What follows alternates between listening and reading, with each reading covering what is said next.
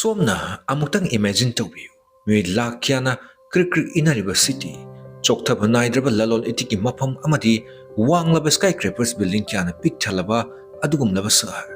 Manglan gumlaba asigumba sahar amani Indonesia gi capital city Jakarta su.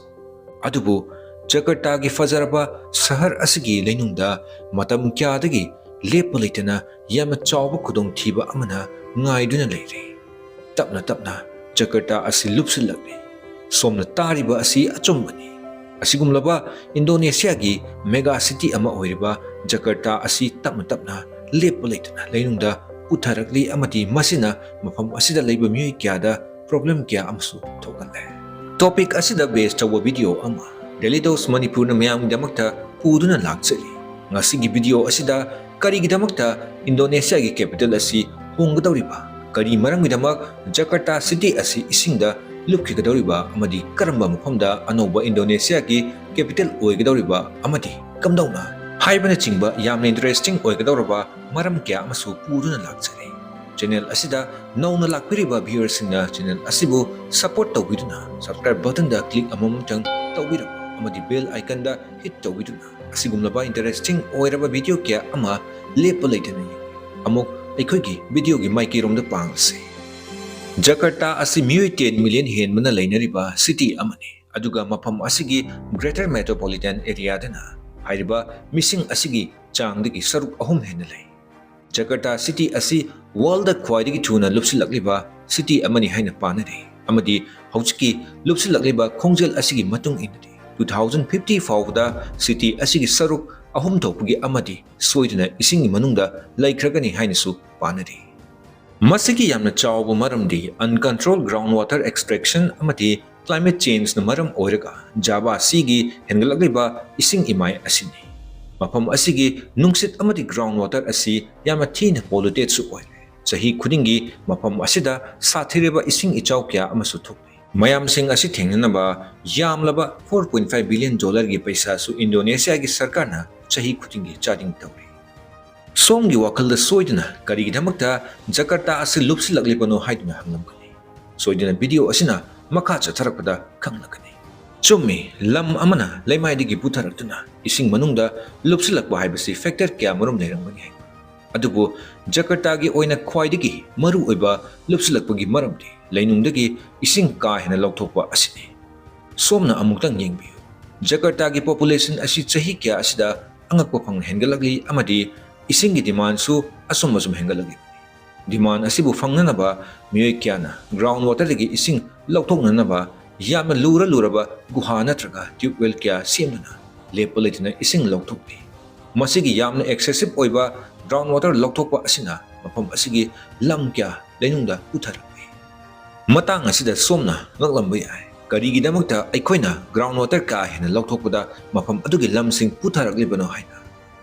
ꯑꯩꯈꯣꯏꯅ ꯈꯨꯗꯝ ꯑꯃ ꯂꯧꯁꯤ ꯏꯁꯤꯡꯅ ꯄꯤꯛ ꯊꯜꯂꯕ ꯁ꯭ꯄꯣꯟꯖ ꯑꯃ ꯂꯩꯔꯦ ꯍꯥꯏꯅ ꯀꯔꯤꯒꯨꯝꯕ ꯁꯣꯝꯅ ꯁ꯭ꯄꯣꯟꯖ ꯑꯗꯨꯕꯨ ꯁꯨꯝꯗꯨꯅ ꯏꯁꯤꯡ ꯂꯧꯊꯣꯛꯄ ꯃꯇꯝꯗ ꯁ꯭ꯄꯣꯟꯖ ꯑꯗꯨ ꯑꯁꯨꯝ ꯄꯤꯛꯁꯤꯜꯂꯛꯀꯅꯤ ꯃꯇꯧ ꯑꯁꯨꯝꯅ ꯑꯩꯈꯣꯏꯅ ꯏꯁꯤꯡꯅ ꯃꯔꯥꯡ ꯀꯥꯏꯅ ꯌꯥꯎꯔꯕ ꯂꯩꯕꯥꯛꯇꯒꯤ ꯒ꯭ꯔꯥꯎꯟ ꯋꯥꯇꯔ ꯂꯧꯊꯣꯛꯄꯗꯒꯤ ꯖꯀꯔꯇꯥꯒꯤ ꯂꯩꯃꯥꯏ ꯑꯁꯤ ꯇꯞꯅ ꯂꯨꯞꯁꯤꯜꯂꯛꯂꯤꯕꯅꯤ ꯃꯁꯤꯕꯨ ꯁꯥꯏꯟꯇꯤꯁꯁꯤꯡꯅ ꯂꯦꯟ ꯁꯕꯁꯤꯗꯦꯟꯁ ꯍꯥꯏꯅ ꯈꯪꯅꯩ ꯑꯗꯨꯕꯨ ꯃꯁꯤ ꯈꯛꯅꯗꯤ ꯂꯣꯏꯗ꯭ꯔꯤ ꯖꯀꯔꯇꯥꯅ ꯉꯁꯤ ꯊꯦꯡꯅꯔꯤꯕ ꯈꯨꯗꯣꯡꯆꯥꯗꯕ ꯑꯁꯤ Jakarta asi nongju thagi matamdasu yamna toina ising chawganba mafam amasuni. Maram aduna leimai putharakpa climate change na maram oiraga samudragi ising level hengalakpa mayam sing asi punchinduna achobu disaster ama thoganbagi yamna maru oiba recipe amasu oire. Tasengbadi hojingmak Jakarta gi part kharati sea level gi makada leiduna yamna toina ising ichawsu thoglibani.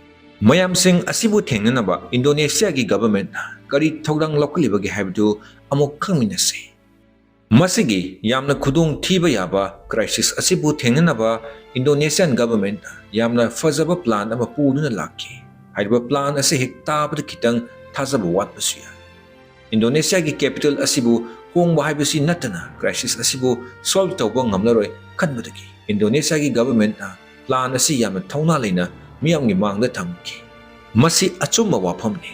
Makoina Borneo Island laiba East Kalimantan gi ANOUBA mapam amada Indonesia gi capital semgadawi. Masigi yama chawraba khongthang asi Jakarta city asi lupkhibadagi kananaba adukhak natte. Masidi Jakarta dagi power amadi development sing adu Indonesia gi atopa mafam sing dasu panganaba honaba asini. Indonesia gi yama chawraba khongthang asi 2045 fawda luisingani haina Indonesia gi president Joko Widodo na miyamda phongdokli. Masina Indonesia gi economic activity kya ama lebak asigi mafam kya da yenthoknaduna capital gi population amati traffic congestion su hanthalagani. Capital city of Nusantara asi Indonesia gi future capital oigadori. Lakadoriba August ki tang taragatare 2024 Indonesia gi Independence Day numit ka marilenna officially inaugurate su tawgadoribani. Capital city of Nusantara asi Borneo Island gi east coast taliba East Kalimantan province tali.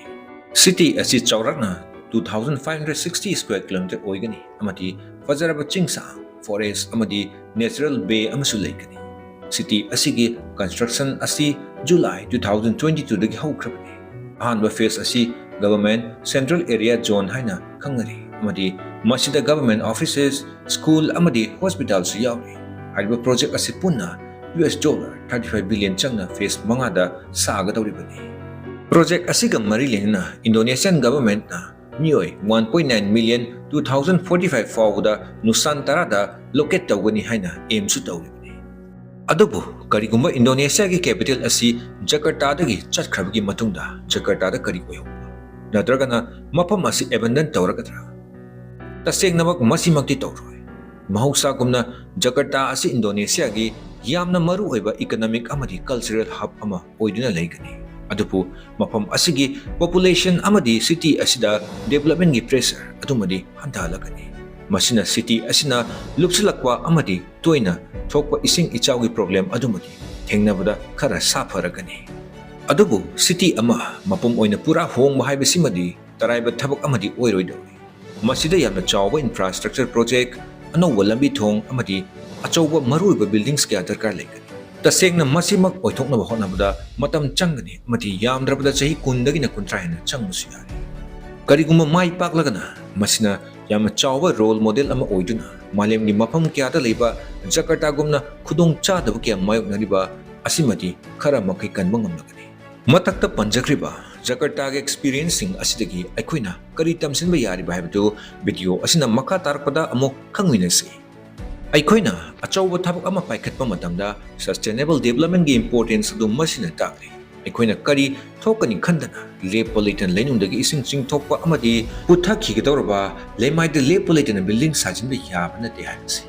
Aduga masimasu aikoi remind tawri madudi honglagiba climate change asina chanama thabak tawba darkar lei haina. Samudra gi ising lema hengalakpa extreme weather event kya sing asisu aikoiga yama thamna leiba threat amadi natre. Haujimak prithivigi mapam kyada thokli amadi mui millions kyana awabasing asi mayoknaribani. Adubu asigumlaba Jakarta na thengnariba kudong chadaba asidi yamna complex oiraba muibigi activity amadi environment anigi marakta thokpa lan amasuni hain. Adubu masisu haibi hai thokdok sing asidi Jakarta ge muising amadi Indonesian government anina punna thauna leina thengnaba amadi innovation amani haibasu hai. Kanana khangba nongma Jakarta na hanadagi amukka suhena pangal kanba amati masana maromdom lepsaba ngamba city ama oirakba haibisu. Matang asida daily dose Manipur na mayamdagi kainanaba yatang nijari amadi video asibu karigumba enjoy tawirabadi soidina like share tawiramu amadi songi apama topic adusu comment section da khanganbiramu. Matangi video da mo thengnarasai.